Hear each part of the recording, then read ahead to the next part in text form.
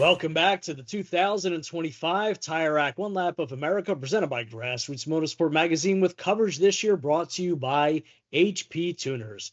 Today, Bryan and I are joined by Nick and Josh.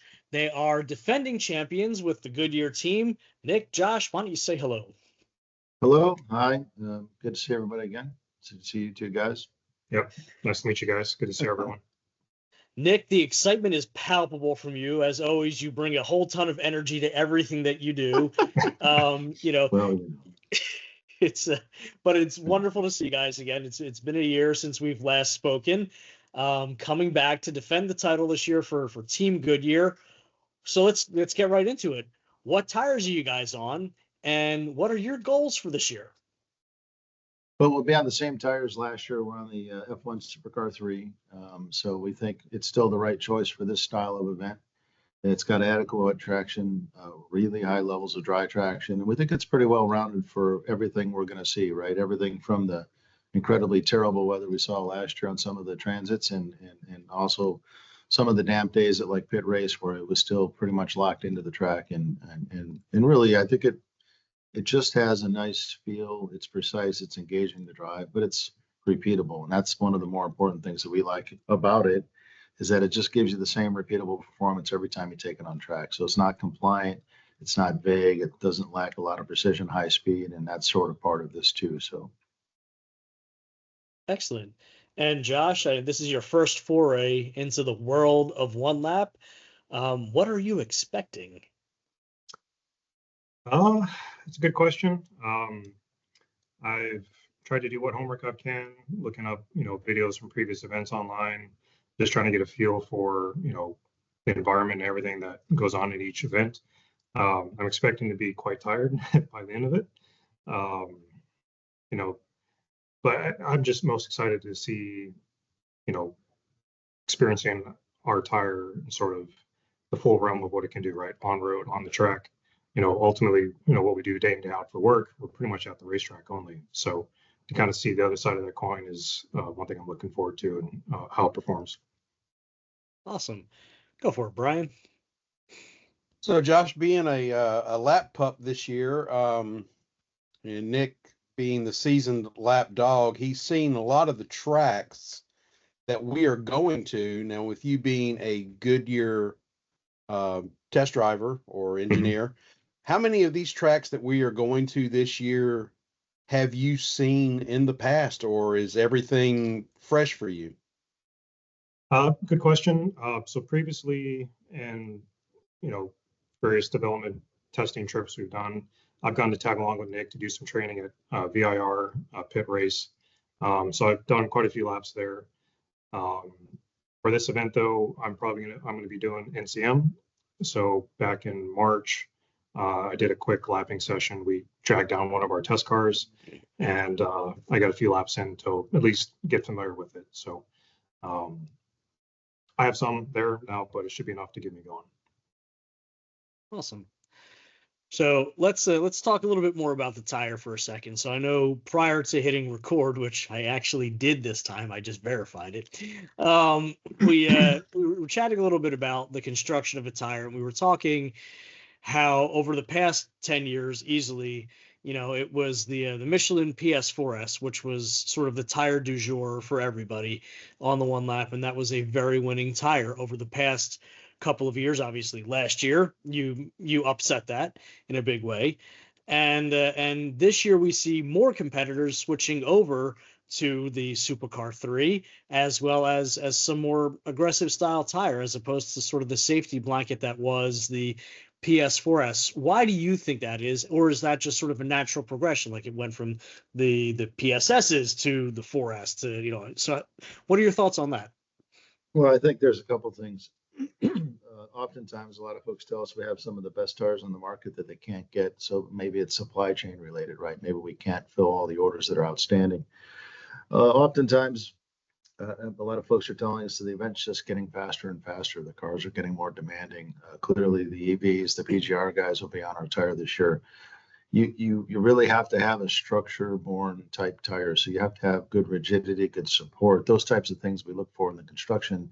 And the Supercar 3 delivers that. And so what that allows you to do, whether you're a novice driver or you're a professional, is you drive to your personal limit. And that is typically getting higher and higher with all of the drivers, because most of the vehicles now, even if it's a manual transmission car, you don't even have to have good heel and toe footwork. The car shifts itself practically.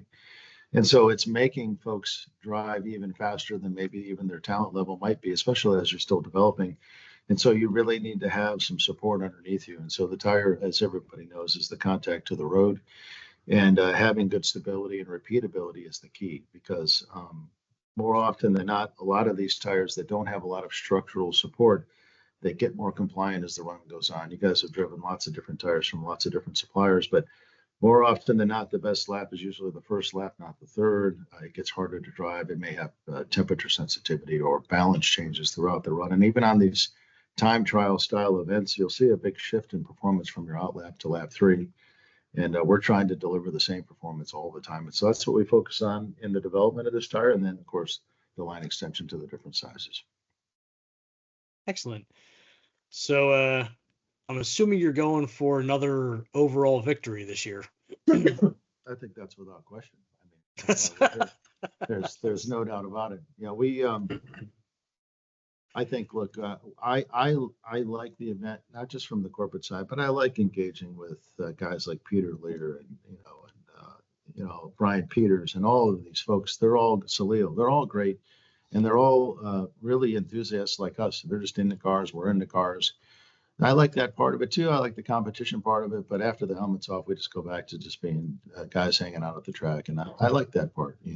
But without a doubt, we're not going to get, and I don't get hung up, and Josh isn't wired like that either. We're not going to get super hung up. We're just going to get what we can out of the car, and then the performance will dictate where we land. And, from year to year, somebody might be stronger, but I like our chances. But we'll also, we're realistic. We can't control everything.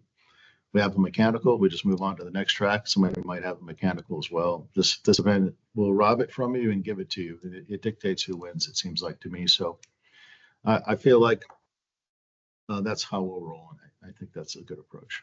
And I think as a quick side note, the other side quest we set ourselves this year was to try to keep our white wheels clean the entire time. So we'll see how well that goes or doesn't go, which it probably won't. So Yeah. Nick, you sent me a photo of the car. It looks really good in the livery for this year. It does. Yeah, pretty sharp. So definitely it'll catch some attention on the road, no doubt about that. Go ahead, Bryan. What do you got?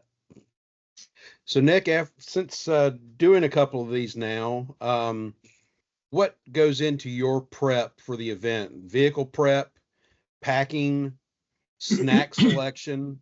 Yeah, nice. When do you start making that list, and what's on it? Well, I've been refining it, and I'm before Josh. Dave's not much of an organized guy, to be fair, and Dave would probably tell you that. But I'm the list guy and the detail guy, so he's usually the publicist and the face of the team. So I'm happy to do that, and I'll have to probably split the time with Josh because we're wired probably the same. So we're super chatty Cathy. So this is as much as it's going to be probably. I feel like, but no. To answer your question, Bryan, we have a pretty detailed list, and we put a lot of work in the different event styles, right? Wet skid pad, dry skid pad. We try to make the car handle as well as it can in those events. And so for the wet skid pad, we put a lot of work in different chassis settings, different settings with the tires, anything we can to make the car rotate as much as we can in those environments, because those points are incredibly valuable. So I think where we were last year in the wet skid pad is a good example of that work. We went from the Camaro, albeit a different car. It's not all-wheel drive, those sorts of things. But we were really in the 20s or the 30s with our finishes, and just sliding up into the teens or 12th or whatever we finished last year in the wet skid pad makes it much easier to not have to keep making up those points, right? It's 5 points per position. So I think it's our only focus really, and just control the things we can. But the pack up's important, the prep is important. Josh, since he's new to the team, we took him down to NCM. He got to run the old one lap car, as he mentioned. And then we ran over to pit race, and we gave him a day in the 911. He just let it rip the whole day, and he's mega fast, so that's always good. Never been an issue, anyways. He's always had tons of speed, but just getting him comfortable in the car, because the decel rates are real high now. We changed a little. Well, we don't have to get into it now if you want, but we changed a little bit of the brake package, so it's got really high decel control now. Plus, the carbon ceramics were too expensive to change, honestly. I think it was 32,000 to do a brake package. So it seemed much more affordable to go to some J hooks and some race brakes yeah. So just getting your head around that in a track environment. But then the autocross stuff. If we go to the autocross this year, which it seems like we are, that 911 Turbo S is like stopping a jet engine, man. It's really hard to slow it down. You get there so much quicker than we ever got to any of these places on a rear-wheel drive car of any platform. That it's a lot to slow down. So just getting your head around how to get the car slowed down and still make it turn well is what we typically focus on. And yeah, as far as snacks go, we primarily just try to grind and get to the next place and snack as often as we can. But it's whatever we can grab at the next fuel stop, really. So talk to me a little bit about more. Let's get into the stuff that I know gets you excited, because I know just enough to be dangerous, and I'm sure you know lots more. But you talked about the deceleration rate for a moment there, and obviously taking off the carbon ceramics, a wise idea, because they are tremendously expensive, and within 3 laps probably pretty hard to get up to full temperature to actually get them really the benefit from them, right? Mhm. So what goes into your are you recalibrating the braking system there for the grip and for the different sort of friction coefficients there? How does that work? So you can maximize your braking, now that you're saying that it brakes a whole lot better now. Why don't you want me to take it? So yeah, I think after we installed the brakes on the car, we started with kind of a standard pad package front to rear. Started running it through different course setups, looking at kind of that initial decel rate feeling. Do we actually need to carry more brake into the corner, which then, if you're overloading the fronts, it's going to kind of hurt you mid corner. Now with the torque vector and the rear steer on this car, maybe look at, okay, maybe we split pads front to rear, maybe make a more aggressive rear, get a little bit of help from the platform itself. Maybe kind of makes us work a little bit less in the car, maybe help with tire wear too from that standpoint. So we kind of slowly step through those little changes, and then always, like we do on our normally test, come back to the control, see how things progress. If not, if they remain consistent, then that gives us a good read on whether it was a performance benefit or not, and make our decision based off of that. So you're not changing any of the braking software. You're still running with the OEM Porsche software. So it's just figuring out sort of how to work around. Okay, got it. Yeah. Got it. Well, I mean, the 992 is pretty locked down. We can't even get into the dampers right now. We might be able to get a motorsports controller. That's our next step if we want to get into that rabbit hole. But then there's going to be tons of tuning needed there, as we'll get lost pretty quick, as you guys know. Yeah. You can get lost incredibly quick with these cars, and this car in particular has got a lot of settings. But most of everything is locked down, so we're just working within the box that we have, and it's gone pretty well so far. We've gotten a decent amount of improvement, but making the car still make the tires last is obviously the key, because if you can't get them to the end of the week, it doesn't matter. Yep. Oh, look, last year we had people get to pit race and come up Yeah. away with the very nasty surprise, right? Like Yeah. the 4 S's became 2 S's. That wasn't super helpful for them. Yep. All right, Brian, go for it. So I think Josh might be the smartest person that we've had in any interview.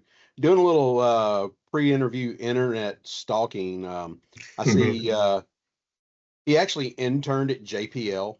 Okay. Yes, sir. While he was at UW. So he does have to be a rocket scientist to do Yeah, that. I know. Yeah, that's. And I also noticed that when you were at UW that you were on the Formula SAE team. Yes, Was sir, that your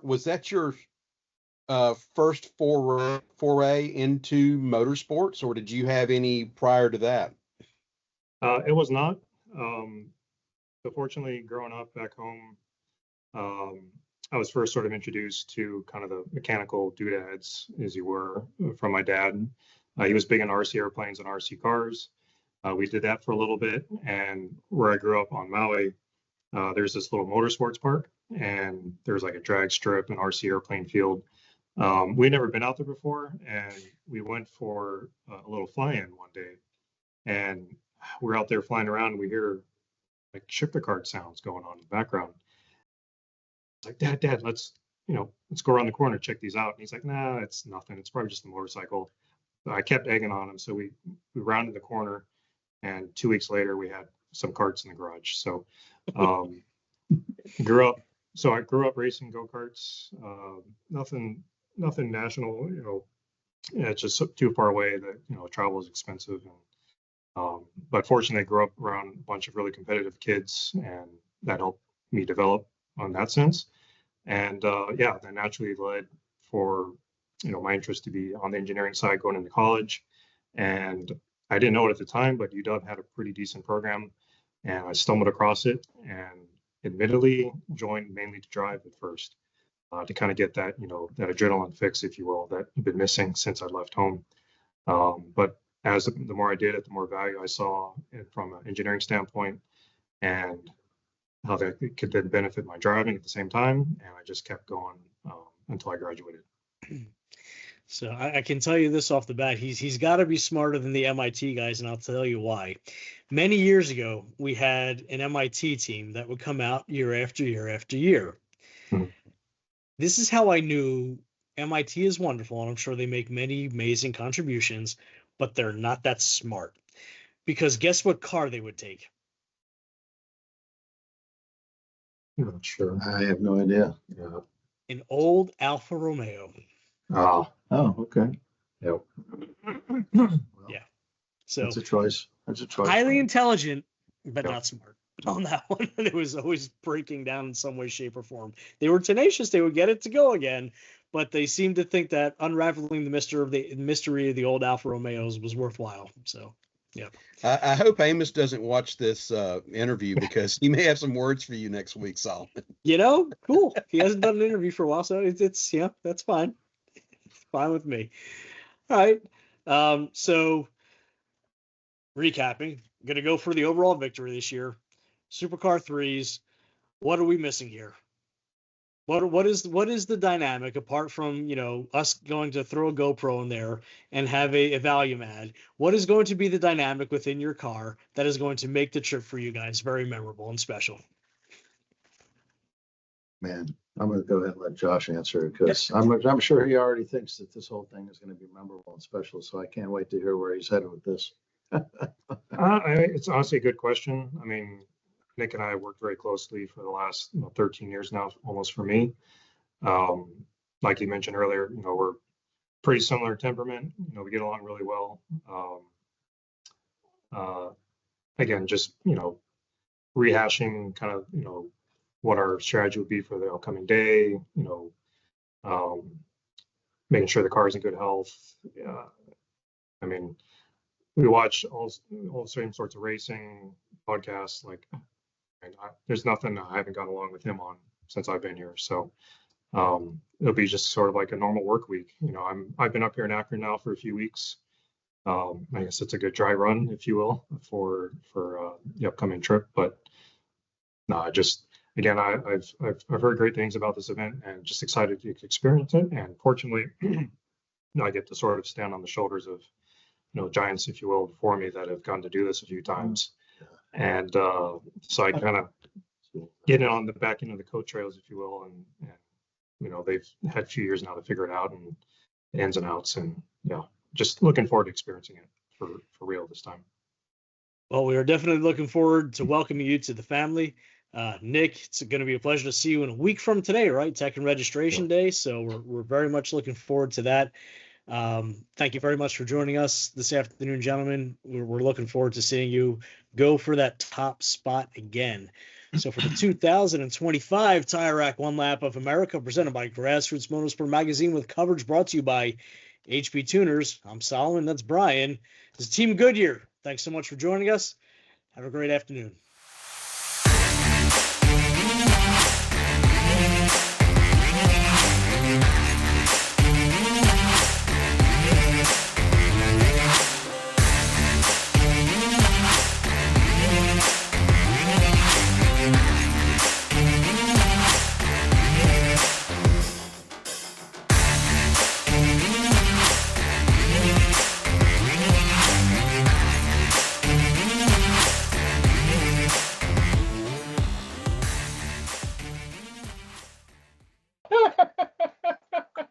I can't shut it off.